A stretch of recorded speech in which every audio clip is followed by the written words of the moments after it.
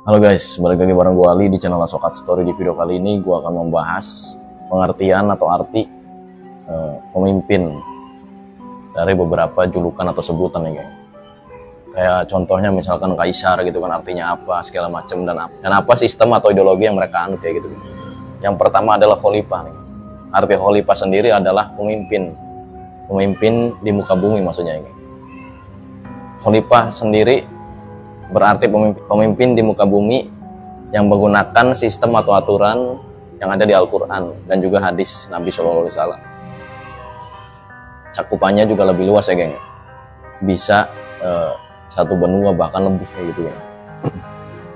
Jadi khalifah ini di atasnya presiden lah kayak gitu gampang, atau di atasnya kaisar kayak gitu ya.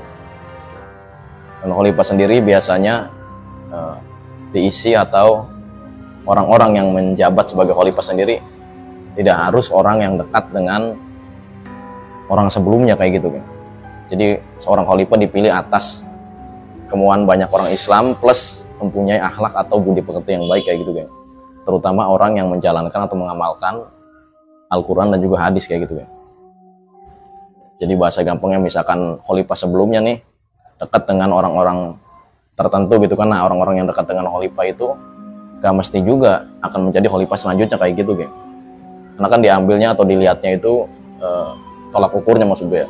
Barometernya itu diambil dari seberapa taat dia menjalankan apa yang Al-Quran dan juga hadis perintahkan kayak gitu kan. Yang kedua adalah kaisar nih. Kaisar adalah pemimpin di suatu negara atau suatu kerajaan nih kan. Tetapi tidak memakai sistem Islam kayak gitu. Jadi sistem apapun kayak gitu. Bebas. Dan di dalamnya pun pastinya hanya kalangan keluarga yang menjabat kayak gitu ya. Misalkan kaisar pertamanya siapa, kaisar keduanya bisa keponakan dari kaisar pertama kayak gitu. Ya salah satu contohnya di kekaisaran Jepang dulu nih geng. Jadi ketika era tahun 1800 itu kan kaisar Mutsuhito atau kaisar Meiji, habis itu anaknya, terus cucunya yaitu kaisar Hirohito. Ketika era perang dunia kedua berlangsung kayak gitu kan, dan menjadi sekutu Jerman pada saat itu.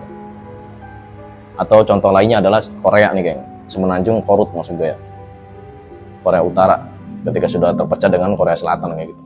Korea Utara sekarang pemimpinnya itu mungkin saat ini di Korea Utara adalah kaisar ketiganya nih, kaisar dari dinasti Kim yang ketiga kayak gitu.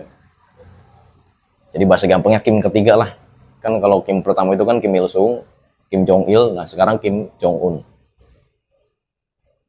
Kim Jong-un sendiri adalah cucu dari Kim 1 atau Kim Il Sung.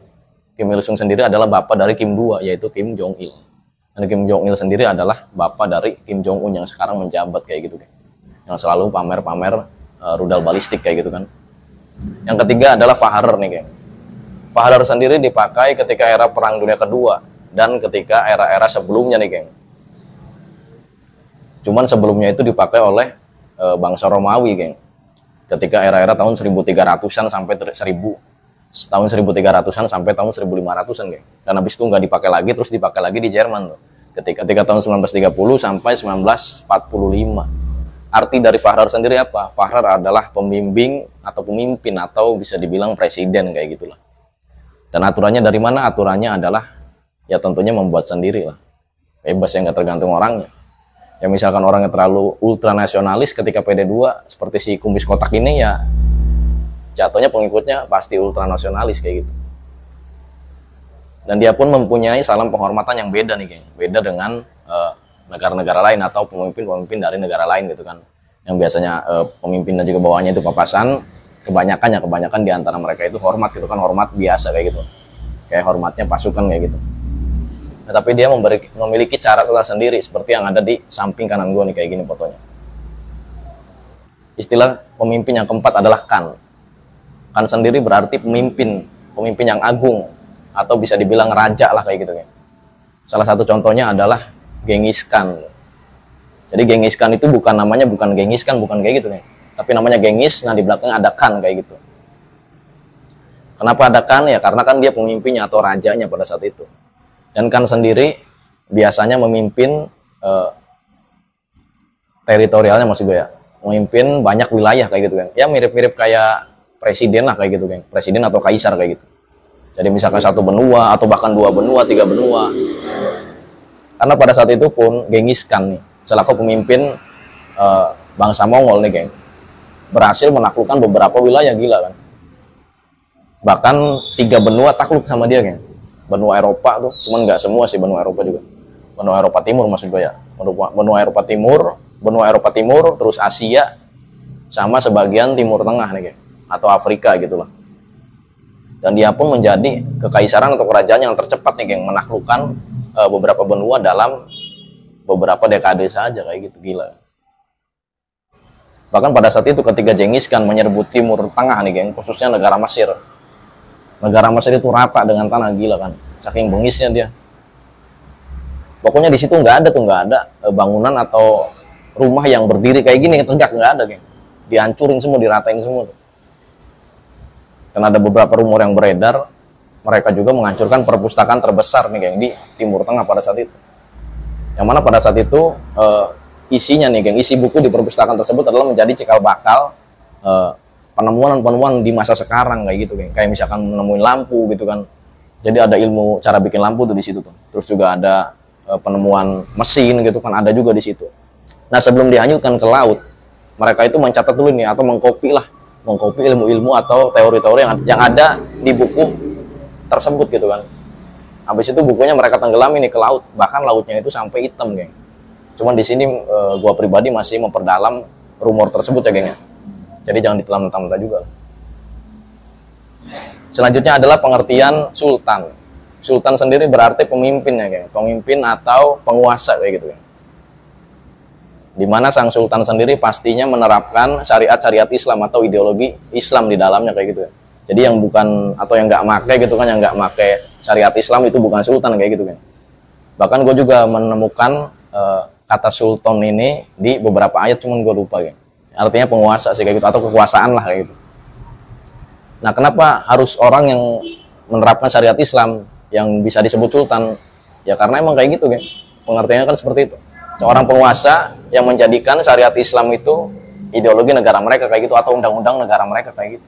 Jadi kalau misalkan ada yang ngaku sultan cuman dia nggak nerapin syariat Islam, ya itu bukan berarti. Itu abal-abal lah kayak gitu.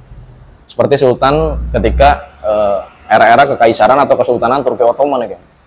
Yang mana pada saat itu sultan yang paling terkenal gitu kan, era kekaisaran Turki Ottoman adalah Sultan Muhammad Al-Fatih atau Sultan Muhammad II gitu kan.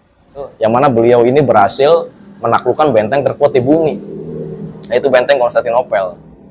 Padahal sebelumnya penguasa atau sultan sebelumnya itu belum berhasil geng menaklukkan benteng terkuat di bumi tersebut. Dan orang-orang Eropa pun pada saat itu sangat menyegani kekaisaran Turki Ottoman atau Ottoman Empire. Nah, Sultan Muhammad Al-Fatih yang notabene sangat muda, masih sangat muda maksud gue, pada saat dia menjabat menjadi sultan, dia bisa berhasil gitu kan menaklukkan benteng terkuat di muka bumi. Padahal dia juga sebelumnya itu banyak yang meremehkan geng. Kekaisaran di Eropa zaman Muhammad Al-Fatih itu geng. Bisa apa sih, masih umur 21 doang gitu kan. Kalau gua analogikan secara verbal kayak gitu kan.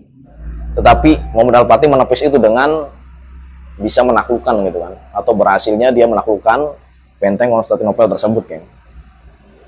Dan di sini ada 2 strategi nih yang beliau terapkan dan juga sangat fenomenal nih geng, yaitu strategi membawa atau mendorong nih geng. Mendorong dan juga menarik kapal layar mereka atau kapal laut mereka ke perbukitan untuk menghindari rantai-rantai yang dipasang oleh kekaisaran Konstantinopel kayak gitu geng. Jadi mereka ingin lewat jalur laut, cuman lautnya dirantai. Nah, mereka nggak kehabisan akal nih, pasukan Sultan Muhammad Al-Fatih. Mereka muter gitu kan lewat perbukitan dan akhirnya berhasil gitu. Buat lu yang ingin menambahkan tentang pengertian pemimpin dari masing-masing kekuasaan gitu kan, silahkan tambahkan di kolom komentar di bawah. Dan buat lo suka dengan video gue, pasti lu udah klik tombol subscribe dan logo bel yang dari sampingnya gue Ali. Kita ketemu di video berikut. Terima kasih.